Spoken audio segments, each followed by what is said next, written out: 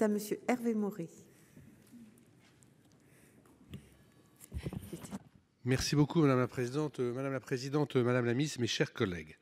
Si nous comprenons parfaitement l'objectif tendant à mettre fin aux passoires thermiques, de toute évidence, le DPE dans sa nouvelle version pose problème.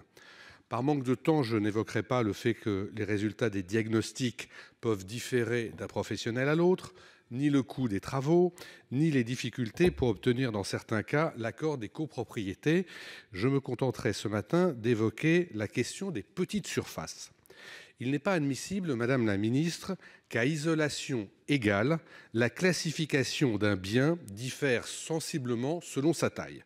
C'est pourtant le cas, puisque les petits logements ont des surfaces dites déperditives, c'est-à-dire les murs, pour être clair, des surfaces déperditives importantes par rapport à la surface habitable. Ainsi, selon l'Observatoire national de la rénovation énergétique, 63% des petites surfaces seraient classées en E, F ou G, quand ce chiffre est de 39% pour l'ensemble du parc. Dans certains cas, les travaux préconisés sont non seulement onéreux, mais aussi et surtout techniquement irréalisables. Que faire, Madame la Ministre, quand la seule proposition d'un diagnostiqueur est la pose d'une pompe à chaleur au 3e étage d'un studio en centre-ville? C'est tout simplement impossible pour des questions d'urbanisme, d'esthétique et de nuisances, notamment sonores. Ma question est donc très simple. Que comptez-vous faire pour remédier à cette situation qui aggrave une crise du logement déjà problématique? Ne faudrait-il pas donner une suite à la proposition de la Fédération des diagnostiqueurs qui préconise la mise en place de coefficients de pondération? Je vous remercie. Merci. La parole est à Madame Bérangère Couillard, secrétaire d'État.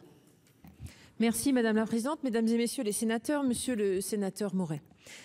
Le DPE est un outil majeur de la politique de rénovation énergétique des bâtiments et plusieurs mesures importantes lui sont adossées, visant notamment les passoires énergétiques, gel des loyers, interdiction de mise en location selon un calendrier progressif, obligation d'audit énergétique lors de la vente. À partir de 2024, certaines aides à la rénovation énergétique seront de manière plus systématique associées à une mesure initiale de la performance du logement par un DPE. La réforme du DPE de 2021 a permis de le fiabiliser. Désormais, le DPE s'appuie uniquement sur les caractéristiques physiques du logement. Il ne recourt qu'à des données d'entrée disposant de justificatifs. Cette refonte, apportant plus de fiabilité méthodologique, a été accompagnée dès l'été 2022 par une feuille de route ministérielle visant notamment à améliorer la qualité de réalisation des DPE. Un arrêté sera publié à l'été prochain pour renforcer les obligations de formation des diagnostiqueurs à partir de 2024, ainsi que les contrôles qui s'exercent sur eux.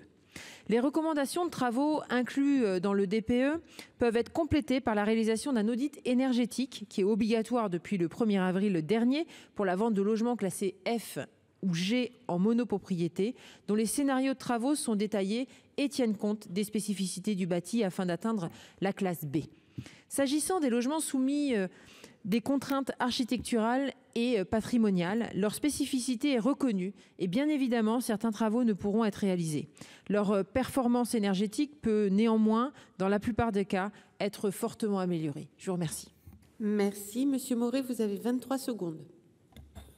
Merci Madame la Présidente. 23 secondes. Bah, écoutez, ça me laisse juste le temps de dire à Madame la Ministre qu'elle n'a pas répondu à ma question. Ma question c'était, est-ce normal qu'à isolation égale, on ait des diagnostics qui sont différents selon la taille du bien? Vous ne m'avez pas répondu. Et la question suivante qui en découlait, c'était que comptez-vous faire pour remédier à cette situation qui objectivement n'est pas normale? Et vous ne m'avez pas répondu. Je comprends que ça n'était pas sur votre petite fiche, mais peut-être puis-je espérer une réponse écrite par courrier.